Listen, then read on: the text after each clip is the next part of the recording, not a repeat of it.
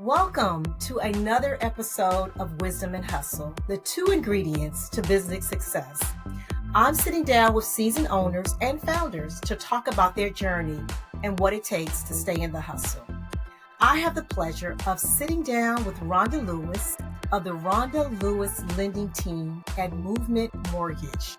While she didn't set out to pursue a career in the mortgage industry, it found her, a young mother looking to start a life on her own and build a life with her son. She fearlessly leads a leading team charged with making a difference in the lives of those looking forward to home ownership. Welcome, Rhonda.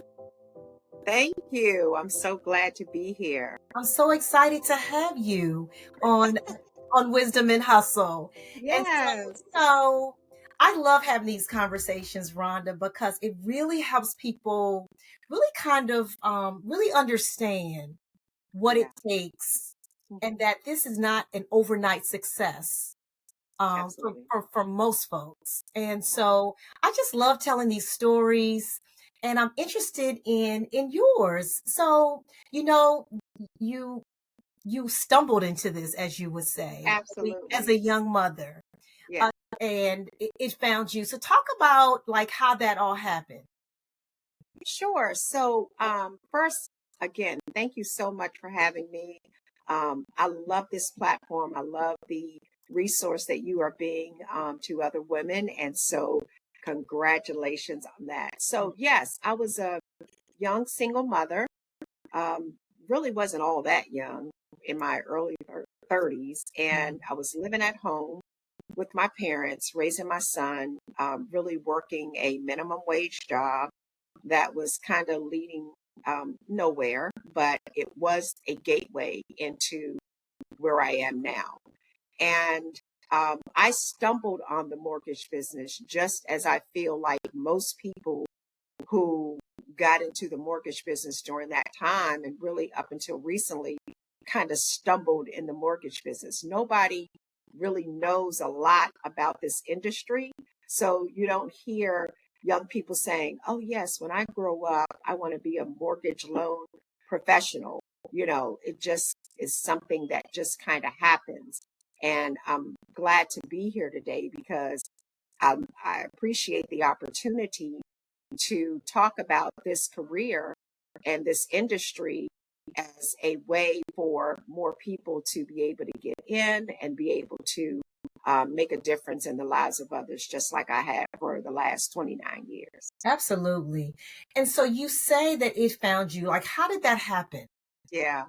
So I started out in the late 80s and I was a realtor. And, I had always just kind of been interested in like the real estate industry.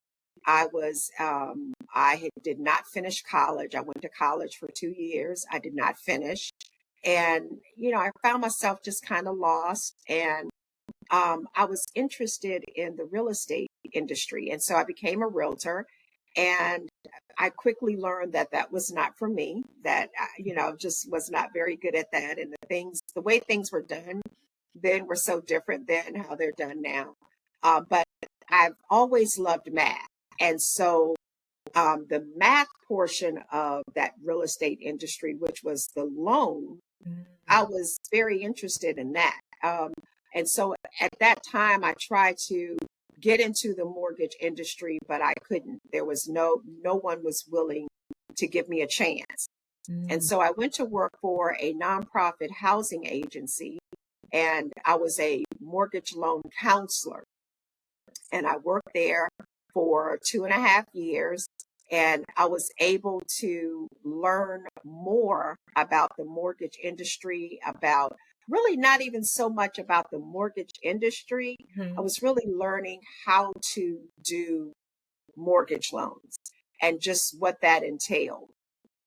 And I was very fortunate in that I had 2 Black women who, at the time, the agency had a relationship with their banks. And these 2 Black women would come in and they saw me and they saw how hard I was working. And they were just like pouring into me. Mm. They were saying to me, listen, you could be doing what we're doing. They were actually mortgage loan professionals. And they were saying, listen, you could be doing what we're doing and, you could be making a whole lot more money. And to be quite honest, the amount of money that they were talking about was not even conceivable to me. I Mm. was like, oh God, that's way out of my reach. But if I could make half of that, I would just, feel so good and be able to get out on my own. That was my goal. I was driven by wanting to get out of my parents' house. I Mhm. wanted to be able to provide a home for my son, myself. So, you know, just talking about that, one of the things I think that, people need is a really big why. Mm. Going out and starting anything, doing anything, having a really big reason that you're doing that. It can't be just about money. It can't Mhm. be, oh, I just want to make money. You want to make money to do what?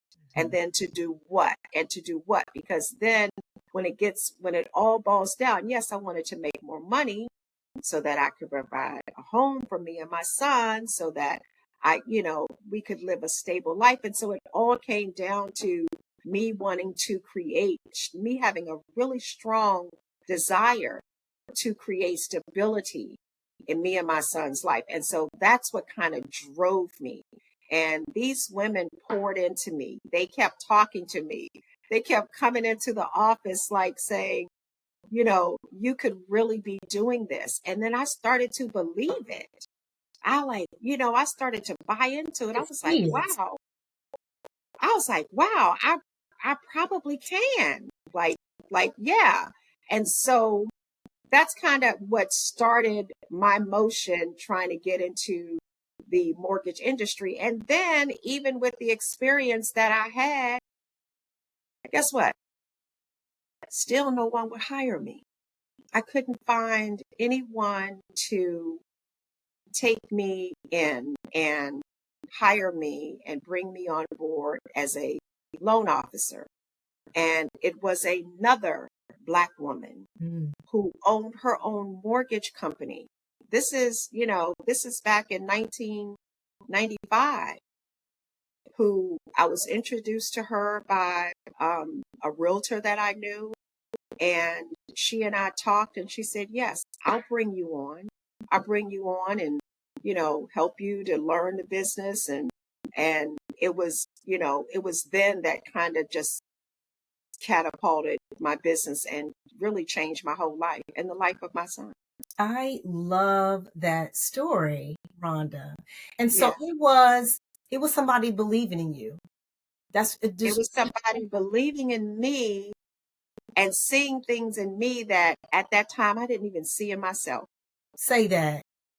Say Yes. that. Say that. Yes. And so here Yes. it And they is. kept talking to me. They kept talking to me until one day I was in a position, I Mm. was of a mindset to even receive what they were saying. So you really had to do like a little bit of a mental shift Yes. to get to see yourself the way they saw you. Absolutely. I love that. Absolutely. And Absolutely. and so here it is. These women of color have basically invested in you Yes. and poured into you. And so Yes. let's fast forward a little bit. So now, Yeah. this woman has given you a chance. Yes. You're Hmm. pivoting from Hmm. selling houses, now you're on the lending side. Did you Yes. find the pivot easy or difficult? What were some of the challenges with the pivot? So that's a great question. I would have to say that not even really easy or hard. I found it exciting. I was so excited about this new venture. And so let me just kind of set the scene for Okay. you. So I'm living in my parents' house. I have a mother who has been a federal government worker most of her life. Mhm. and she is like drilling me on, you need to take that service test. Mm-hmm. You need to go down That was there, back when we were take taking that. the test. Said it Yes, more yes. She said you need to go down there and take that civil service test and get you one of those good government. government jobs so you can have some benefits and, income for you and your son. And it just, I knew, I always know, I knew that just was not for me. That was not for me. I could not even see myself in that position. Any other job that I had ever had up until that point, I would go on to a new job. I would be excited. And, I was learning new things. I would learn new things. And then once I got it, it wasn't exciting to me anymore. Yeah. And so, um, what was really exciting about the mortgage industry was that I was working with people. I love folks. I love talking. I love working with folks. And so I was working with people, and everybody's situation is different. So every time I worked with somebody, it was like a whole new challenge for me. And I loved it. I mean, I really loved it. And so I was very, very excited. And so here I was on this job. I had saved up enough money. So remember this. I was on a minimum wage job, but at least I knew that I was going to be getting that check every 2 weeks. Mm-hmm. Mm-hmm. I left that job and went to a job where I was paid commission only. And my mother, God rest her soul, passed away in 2003. And I never told my mother that I left my low paying salary job to go to a job where I didn't know if I was going to get a check or not. And I never told her because for two reasons. I felt like she would have been able to talk me out of it Mm-hmm. because she would have been saying, "Girl, are you crazy?" So we can go And, take that civil service. you know, to get a check, and you gotta go somewhere. Are you crazy? And I thought that she would be able to talk me out of it. The other reason was my mother loved me so much and cared about me so much and about her grandson that she would have been worried to death every day. She would have been calling me, "Did you get a loan? Did you get," she would have just worried herself to death. So I just never told her. I saved up enough money so that I could pay my bills for 3 months. And I said, "Okay, Lord, I'm gonna get out here and I'm gonna give this a shot." I have 3 months. I didn't really have a lot of bills then. I had 3 months of funding saved up. And I said, okay, if I don't close a loan before this money's gone, I'm going to have to go get another job. The civil service job. I'm going to have to go get somebody's job. Job, finding a job was never an issue for me. And so I was like, I'm just going to have to go find a job. And on the third month, I had a closing and I got paid. And I was like, okay, all right. I think I can do this. Right, I right. think I can do this. So, I just, it was something that I wanted, and it was something that I was committed to doing. And my drive, it was serious. So when you talk about hustle and wisdom, my hustle, nobody could out hustle me. My hustle was hustling. Because you were getting those loans. And so now you're seeing kind of the fruits of your labor, so to speak. You're Yes. starting to build your confidence. Yes. So, you get a loan, and then you might get a loan, you might get 3 loans, and then there might be a lull. And so how did you manage through that? Like that moment where you were like, okay, were there moments where you felt like, okay, I believe that I can do this, but now I'm stuck. And did I make the right decision? Not for years after that. So remember, I started off, you know, on with a salary job, and my income level was here. My income level like shot up like really fast. Mm-hmm. As I was talking to my son, my oldest son, which is the son that I had then, he and I were just talking the other day, and I was just talking to him about my business and what was going on, and we were looking at some old, Mm-hmm. photos, and I said, I was explaining to him how I came up so fast. My up was so fast that people thought I was doing something illegal. Mm. That's how fast my come up was. Wow. Seriously. I went from living in my parents' house. I went into the mortgage industry in November of 95. I moved out of my parents' house in September of 96. Mm. And then I bought my in September of 98. I closed on a brand new home in September of 98. It was so fast. And so when we talk about, you know, that lull in my business, I didn't start experiencing that until years later. Okay. Okay. Fast forward those Yeah. years. Yes. So because your trajectory was so quick, Yes. did it were you like, okay, what's going on now?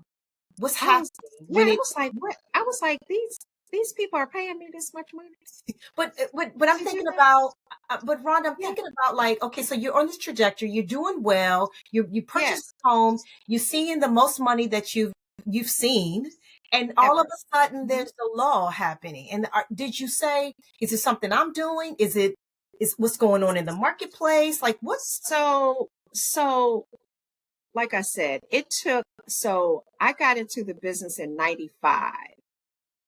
Um, when I first started to notice a decline in my income, I was fully aware of what happened. Like it wasn't the market. mm, When I first started to notice a decline in income, it was after I got married. And so as I look back on it, after I got married and, I had someone else that I could also depend on, everything wasn't on me.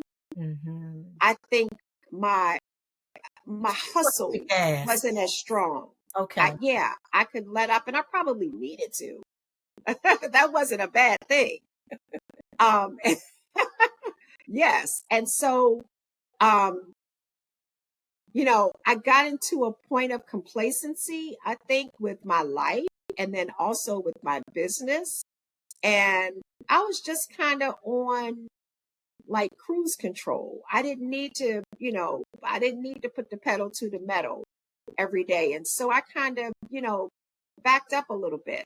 The first time that I really noticed like somebody like pull the rug up from under me was during the recession, 2007, 2008, Okay. when, our industry like went crazy, Mm-hmm. Mm-hmm. you know. And so as far as like financially preparing yourself for a business, you can't spend all the money. Mm-hmm. Mm-hmm. You cannot spend all the money. You have to know how to determine what it is that you really need to live off of and know how to do that and not spend everything else. Right. Did that happen to you, Rhonda? That you found What? yourself that you spent too much, like you weren't anticipating the Absolutely. market? Absolutely. Absolutely I did.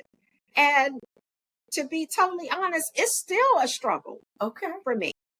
It's still, managing money, managing money when you're making a lot of money, is actually harder because it's coming and you're just, I manage money best when I have a little bit of it. Okay. Because there's not a whole lot of room for error. Right. A whole lot of room for error. And so,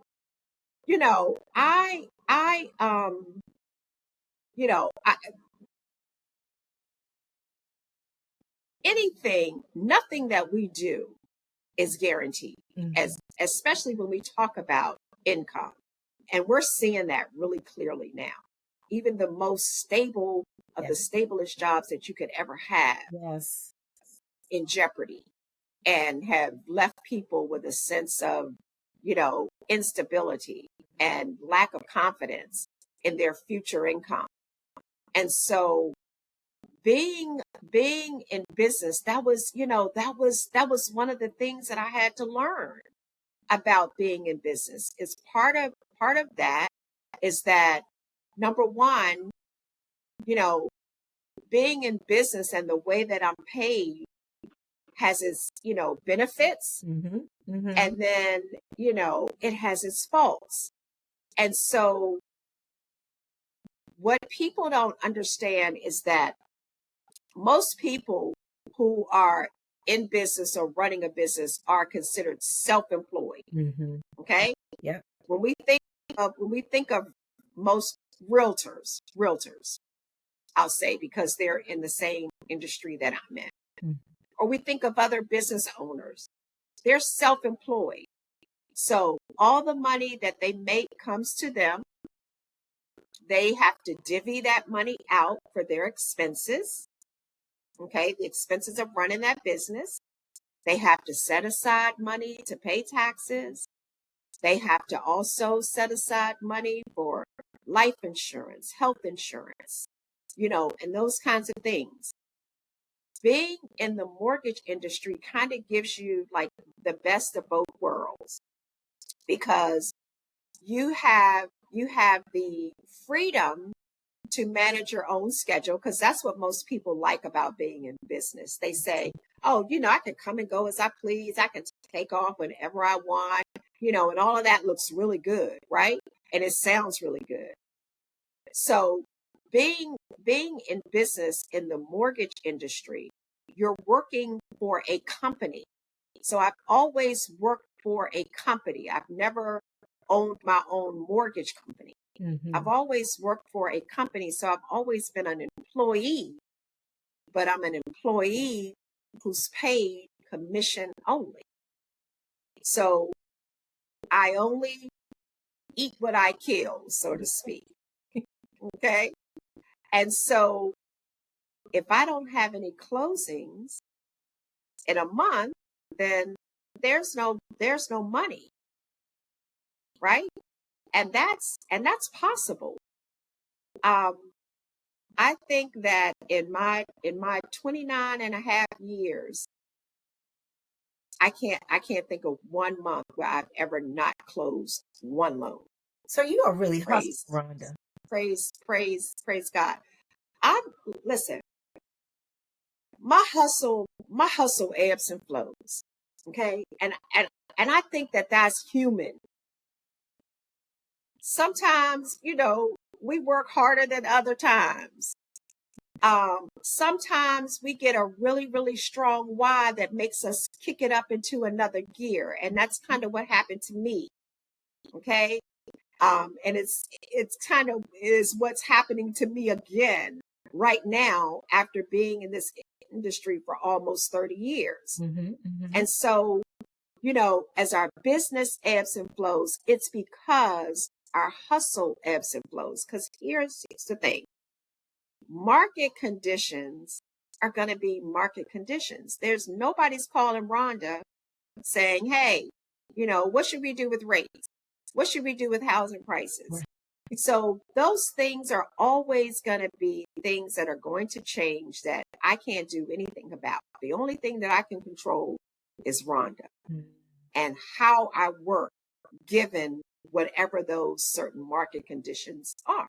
So I should be determining how I work based on what's happening in the market. There are some things that are going to be constant, but there are some things in my business that are going to change. And so being able to be agile and, being able to figure those things out is really, really important. I love that. I love it. And so, Rhonda, since you've been in the industry for 29 Yes. years, that's not Hmm. lost on me, there has been a lot of people who have entered the industry. Like you probably saw when you started, there were far fewer people in the loan industry, in the mortgage industry, in the lending loans. And so now you've seen that others have realized the opportunity and realized the financial benefit of being in your industry. And so now that you fast forward, you've learned a lot, you've been in the space. How do Hmm. you continue to stay relevant? How do you stand out? Yeah. So, you know, I want to go back to something that you said. So you said, since I've been in, this business, a lot of people have, found out about this business. But one of the things that like really surprised me about this business was, remember when I came into this business, I was introduced to the mortgage industry really from the two Black women who were um, coming into my office. And I want to give homage to them, their names, because they are deceased now. Jackie Harvey and Mildred Dickerson Mm. were the two women. And then I couldn't get into the business until another Black woman, Victoria Stanley, opened up a door for me. And so when I first came into the business, you know, that they were what I knew. They Mhm. were the face of what I knew this business to be. Once I started working, because Victoria Stanley had a small mortgage company. It was really just her and me. And once I started working for big companies, because when I went to work for her, I didn't have health benefits, I didn't have 401k, I didn't have any of those things. And so I had a son. So I went to work for a large bank where I was able to get all those benefits. Mm. And it wasn't until then, which was about 6 months after I like really got into the business, that I found out that there were hardly any Black people in this industry, I'll ask you about that. hardly any. And whenever I would go to conferences or sales conferences or national meetings, there were hardly any of us in a room, hardly any. I remember working for a very large company, and we would have a, a sales conference every year, and it would be 12 to 1500 loan officers there, and there were maybe 7 or 8 Blacks, including me and including the people in my office. And when I would go back the next year, the other 3 or 4, it may be replaced with another 3 or 4. Not This the is this same. is Yeah. out. This is out about over 1,000 people. And so the DMV is our Black bubble. Hmm. Hmm. Really, it is. And so the world outside of here doesn't look like this. Mm. And that was probably one of the most surprising things for me, was to see that there were hardly any of us. And today 29 and a half years later, there's still not very many Black people in the mortgage industry, not just as a loan officer, but in operations, processing, underwriting, management. There's there's hardly any. And the people who are being trained and introduced to this business and being brought in straight out of college don't look like us.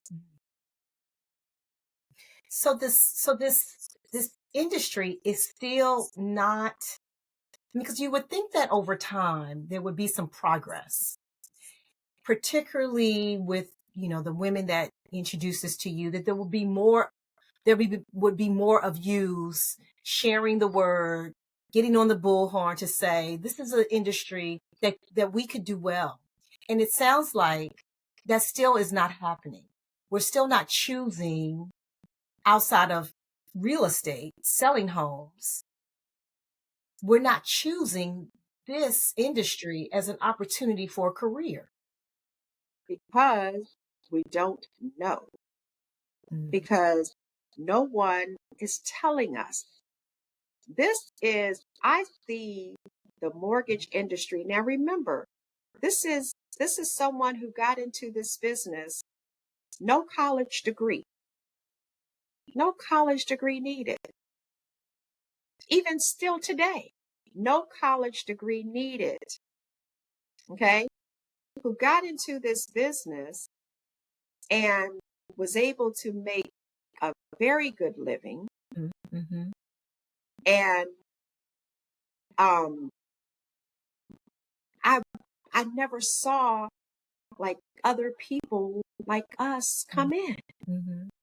We're not at colleges recruiting. We're not at HBCUs. They're not at HBCUs recruiting for the mortgage industry, for people to come into. The kids don't even know that this is even an option. Gotcha. And so it's one of those situations where if you don't see it, you can't believe that this is a possibility for you. If you don't know, it's like if nobody ever tells you like how lucrative this is. Mm-hmm. I think that's part of it, is that they don't, they don't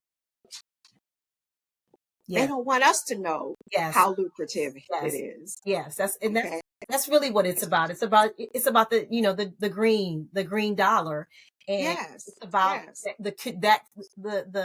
the non-minority community. Yes. And listen, keep that if we're community. if we're looking to change the face of home ownership, and we're looking to bridge that wealth gap that we keep talking about, you're going to have some vessels in place in order to go out and get the people that we're going to lead to home ownership, which is going to lead to wealth. And people who I'm going to try to say this as nicely as I can. I hope you edit this, so that it comes off well. But when you are connected to a community and to the people in that community, you have more of a vested interest in trying to get them to a certain place. Yes. Than if you are only working with them so that you can earn a living. Gotcha. And so to that point, Rhonda, yes, how have you been intentional about paying it forward to make sure that more of our people know that this is a viable career? And the other area of that is, how are you serving the communities of color in terms of like making sure that they're getting good loans, they have access to loans? Because we know that we can go out here and look at a house all day, every day. And it's really about getting the capital to do that. mm-hmm. And so I know that, of course, we have a little bit, sometimes our communities have a little bit more challenge with securing those resources than others. And so how are you helping the community really educate about careers, but also that you are a service and around possibilities? So, another thing that I want to point out is that in the 29 and a half years that I have been a mortgage loan officer, I have received a referral from a white realtor one time ever One time. in 29 and a half years. And so when people talk about, you know, me serving my community are the people who serve me. Mm. If it were not for my community, I would not have been able to do the things that I've been able to do for my children. Mhm. Okay. And so I didn't purposely set out to serve my people, but it ended up that way because my people are the only ones who have been willing to. I'm not saying at all. I'm not saying that I've only done loans for my folks, but I'm saying that in terms of partnerships and referral sources, I've only received one referral from someone that was white in 29 and a half years. And this is realtor, financial planner, tax accountant, insurance agent, one. Okay. And so to all of my Black realtors, I say thank you. Thank you for supporting me and supporting my business all this time. So the other thing that I want to mention is that, you know, my business, I'm not the same person that I was 29 and a half years ago. Thank God, right? Thank And so I'm not the same loan officer you. Mhm. that I was 29 and a half years ago. When I got into this business, it took me a while to even learn that I was running a business. I just thought I had a job doing loans. And so that's what I did. I focused on knowing the guidelines, knowing how to figure out what somebody qualified for, knowing how to help somebody with their credit. No, I focused on that because I thought that was my job. It took me years to figure out that that I was running a business within a business. Okay.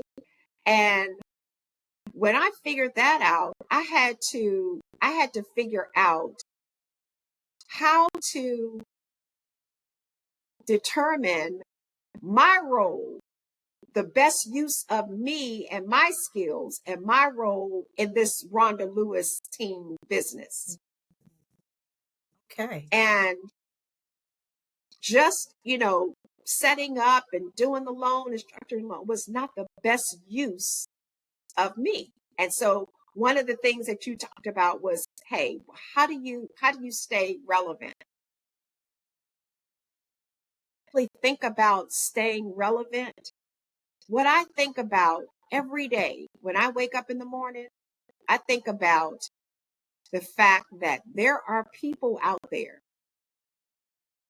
who are getting ready to make the biggest purchase of their lives,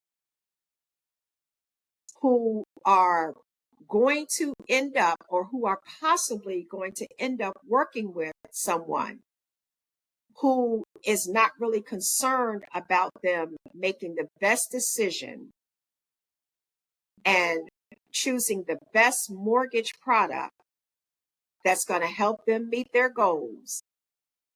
And so if I don't make myself available and known, I'm doing them a disservice. Mm-hmm. That's how I run me. That's how I function. That's how I operate. I operate in that space. I try to make sure that everybody who comes to me, number one, feels seen. They know that they are seen. They know that they are not judged. They know that the first thing I'm going to do is try to get to know them. Because everybody, a financial profile is like a thumbprint, right? Everybody's is different. And so there's no one or two loans that I can offer you, and I can go give it to you and give it to you and give it to you, because everybody's situation is different and everybody has different goals. Everybody wants to do different things with their life.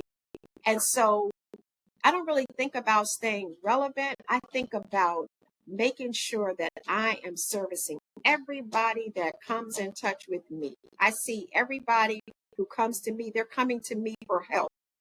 They want a house, they don't have cash to pay for it. So I know that they need me. So I need to figure out how it is that I can help them to be able to achieve the goal that they have set out to achieve. I love that. I love that, because I think a lot of times in our community, we don't see home ownership as attainable. And I think that the work that you're doing, because you're invested in your community, you're invested in their success. And Absolutely. because you're invested in that, you want the best for them. You're not going to want to just put them in any kind of loan. You, what they used to say, you Absolutely. want to make sure that they are not house poor, if you will, Absolutely. because Absolutely. you know, wow, home, and think about this, Rhonda, and you know this, Mm-hmm. that Mm-hmm. home ownership is the way that people of color build wealth. That's something that they can pass on to their children. And so Absolutely. so home ownership really is one of those legs in the stool that really helps with your financial security. I mean, so we know that you know you have your 401k, you know, you're building for your retirement, but your home is your asset, is another asset to helping you build wealth for your family. Absolutely. Absolutely. And, you know, more than anything, I would love for people to start thinking about their home just like they think about their bank account or their um, 401k, thinking of it as an investment tool, the investment tool that it is, Mm-hmm. Absolutely. because that's really what it is. It's you paying for the roof over your head, which that house is an investment tool because the value is steadily increasing.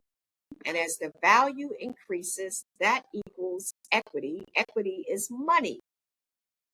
It's money that can be used to do something with. Mm-hmm. It can be used later on if you want to pay for your children's education. It can be used to, help to buy more homes or invest in other homes. It can be used in all kinds of ways. It can be used. It can be used and passed down to your children. Absolutely. You know, they may not get a house that's paid off, but if they get a house where you only owe $100,000 on it and it's worth $400,000, you just gave them $300,000. Just like that. Most of us are not going to save $300,000. Absolutely. We're just not. And so I like to talk to people in those terms because a lot of times people don't see it as that. And that's okay too, right? Because we know that buying a house is an emotional investment. You're going to be, living in it, and it's going to be where your friends come and your family comes, but it's also an investment. That monthly payment that you make is your investment every single month. Just like you're paying that rent, The benefits of paying that rent is that you have somewhere to live. The benefits of paying that mortgage, you have somewhere to live, but you're also making money. And you're educating people that um, that home ownership is possible, because I think that sometimes people feel like it's not obtainable. And so Yes, I think that what you're doing too, Rhonda, is because I know that you've been very intentional about serving the community, that absolutely. you're not just putting people in loans. You're making sure that they're in the right loans, and that they really understand home ownership. Absolutely. And so you've been in the game. What do you wish you knew when you started that you know now? Hmm. I would say, um, I wish I understood when I came in that this is a business. This is having a business mindset is key to being successful in this industry. You know, I I have I'm very much a people centric. I'm a people person. That's just me. Mm. Always has been. But I'm running a business and I had to learn that when I think about this business, there are many components to being successful in this industry. You have client acquisition, being able to, go out there and get business. You have, the middle part, which is more entailed with structuring a loan and helping a person to get qualified and determining what loan product works best for them. Then you have another side, which is being able to manage that loan and the process so that you can make sure your clients have a great home buying mortgage experience. When I first started out in this industry, and probably up until maybe 7 or 8 years ago, to be honest, I was laser focused on the second and the third part, the making sure I knew how to do the loans. But because we went through some times where loans were falling out the sky. We walk outside and we get hit in the head with a loan. You couldn't help but do business. Okay.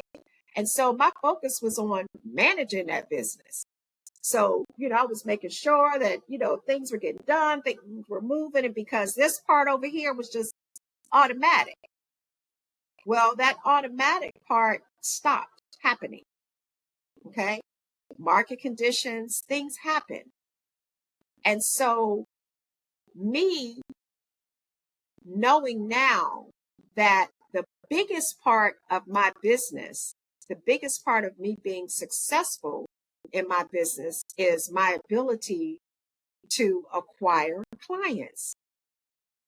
It's my ability to sell. It took me years to even figure out that I was in sales. And somebody told me I was in sales. I was like, this isn't sales. I'm doing mortgage loans. And like, no, that's sales. You're in sales. I was like, well, what am I selling? You're selling money. I was like, oh, wow, I am selling money. And so I went through this period in my business where I was like trying to be a salesman. I was trying to be salesy. Figured out that wasn't me. That wasn't me. Okay. And so I understood though that I did need to sell myself, Mhm. to sell me. I need to present myself in a manner in which people would want to work with me. They would see the value. I don't have to, tell them what I can do for them. That in the way that I act and the way that I carry myself and the way that I talk to them, that they would see the value in me and be able to say, hey, that's somebody that I want to work with. And so being able to focus on that and hire people to do some of this and all of this, you know, we're not best suited for all those areas. Absolutely. Figure out, I heard a clip from a sermon this morning that said, figure out what you're really, really good at that you're so good at that people tell you about it all the time. People always tell you this about yourself, whatever that is. And just focus on getting better and better and better at that, whatever that is, because people will pay you to do that. I love that. And so, you're selling yourself is really what you're saying. Because to be successful in this business, you're selling you. You're selling your personality. You're selling your willingness to help, because the loan is going to be out there, and they can work with a ton of loan officers, but Yes, want to absolutely. build they want to build a relationship with you. They want to build that trust with you. And that's a lot of times how people do business with other people, that they believe in the individual. Because, and I always say that, there are a lot of similar businesses. Like there are a lot of people who sell soap and body butters and Absolutely. skincare, but it's you that they're buying from. It's not necessarily always the product. It's Absolutely. it's the seller. And so I'm glad you finally had that aha moment that you are selling Absolutely. you, and the other will come into play. And so for someone who's interested in this industry, what advice do you have? You know, I always tell my children, it's not always what you know. It's not even always who you know. It's who knows you. And we have been afforded the luxury of social media. People do business with, people connect with people that they know, like, and trust. And so back in the day, when we held a lot of networking events, that's what you do at a networking event. You you try to connect with people so that they will get to know you. And once they get to know you, they can determine whether or not they like you. And then you can start to earn their trust. Social media allows us to do that on a very wide scale now. And so anybody, the first thing that I would say to them is be present, whether it's, and it doesn't even have to be that, but just make sure that you're being present somewhere. Make sure that you are at least even connecting to people who can get you to where you want to be. So even if you don't know anybody, get to know somebody. There are plenty mortgage professionals on social media. Reach out to them. Ask them some questions. Find out if their company is taking on trainees, because in this industry a lot of times, companies will want to hire people who, have a book of business.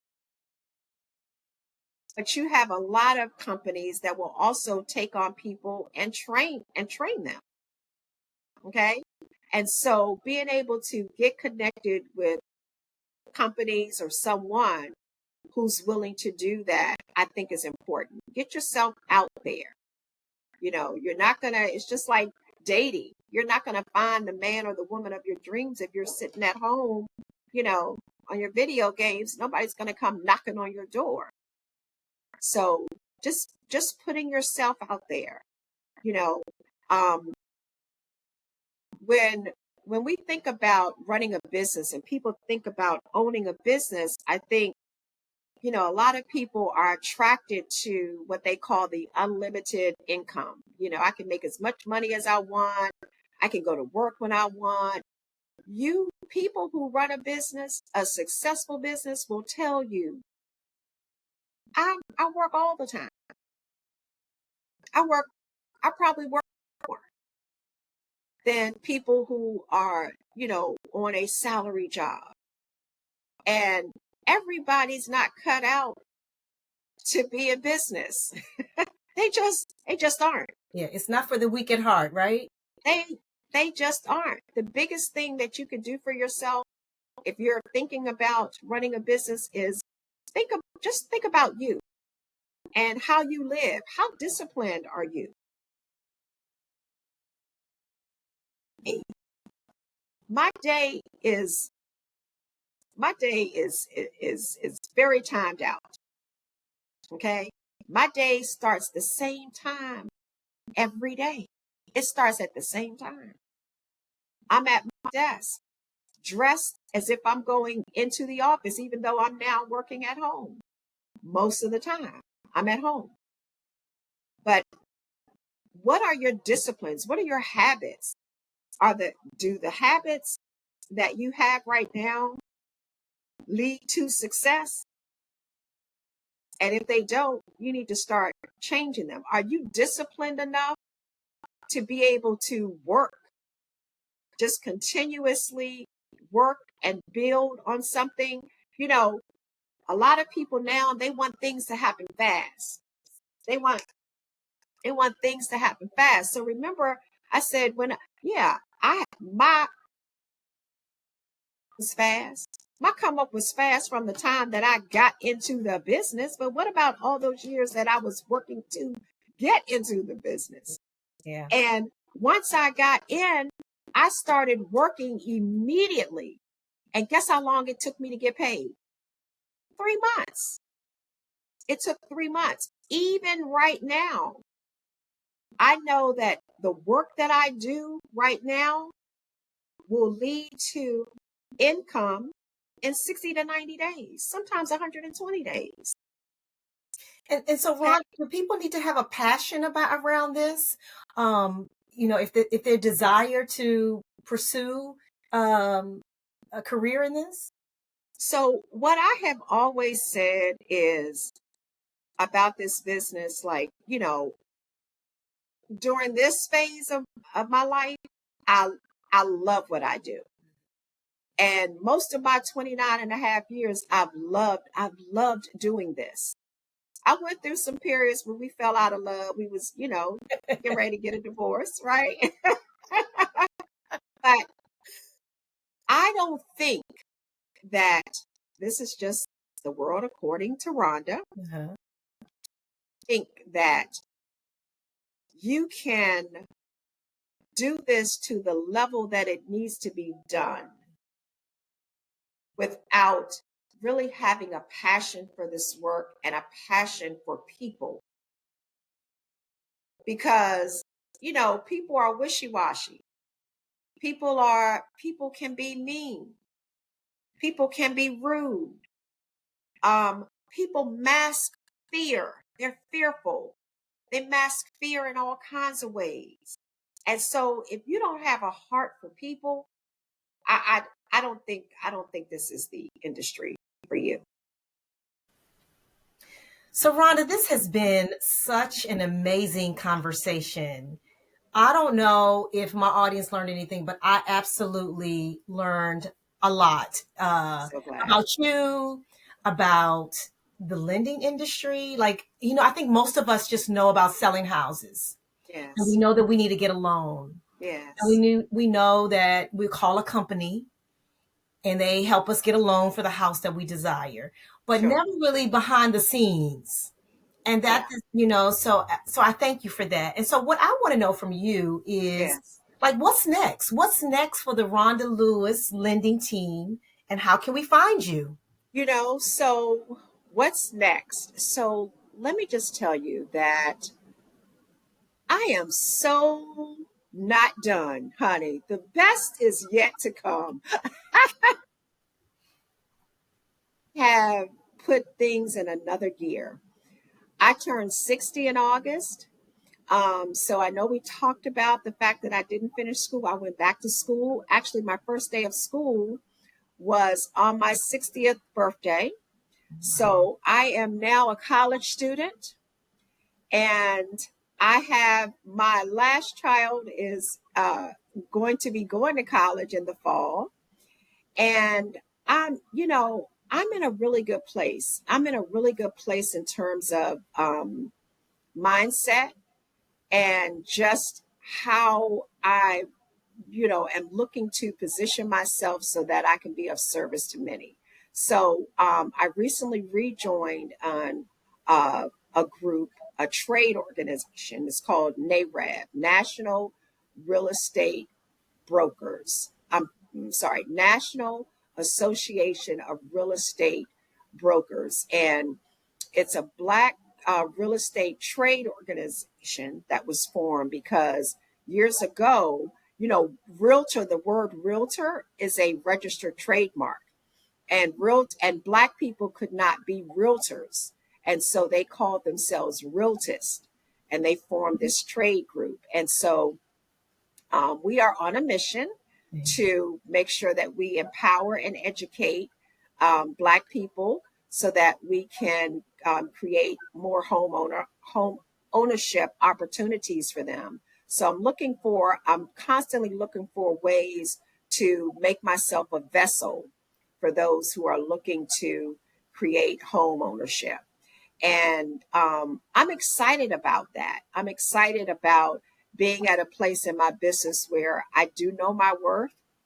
I know what I'm really, really good at. I know my strong suits, and I have a great team of people that can handle other aspects of my business that allow me to do what I do best, which is get information out, tell people about this industry, educate people about the importance of home ownership. And so I'm just looking forward to doing more of that. And, I just don't know where it's going to lead, but, I am looking forward to serving, serving, serving. My favorite saying is a steady drip will put a hole in a rock. And so a lot of times we're looking to just come out and just bust something wide open with a sledgehammer. But if we just constantly discipline ourselves to do something very small consistently, we'll be able to notice the impact and the change. And that's what I'm looking forward to. Woo, woo, woo, is what I say. And so how Yes. can we find you?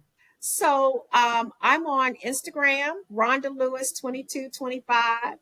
Also the program queen. I'm known as the program queen because I specialize in down payment and closing cost assistance programs. So I believe and know that down payment and closing cost funds has been a barrier to home ownership. And so I love the fact that I'm in a position to be able to offer people a solution to that, which has been an ongoing issue. And so I'm also on Facebook, Rhonda Lewis.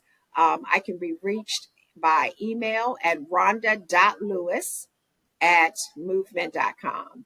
Can also be reached by cell at 301-675-5580. That's the only cell number I have. Blow my phone up. Rhonda. And before we close, Yes. what are your words or word of wisdom to stay in the hustle? So my favorite is it's like we are who we are right now because of our habits. And so the things that we do create who we are. And so if we want something different, then we need to develop some different habits. All right. It's what is that saying? You can't expecting things to be different by doing the same things. It's called insanity. Insanity. Insanity. Insanity. Insanity. Insanity. So thank you, Rhonda, for sharing Thank your you for this story platform. and imparting your words of wisdom. And thank you, everyone, for joining the Wisdom and Hustle podcast. I hope you were inspired motivated, and encouraged to start your own hustle. Be sure to subscribe so you can continue to hear how owners are bossing up in their hustle. And until next time, stay in the hustle and journey well. Yes.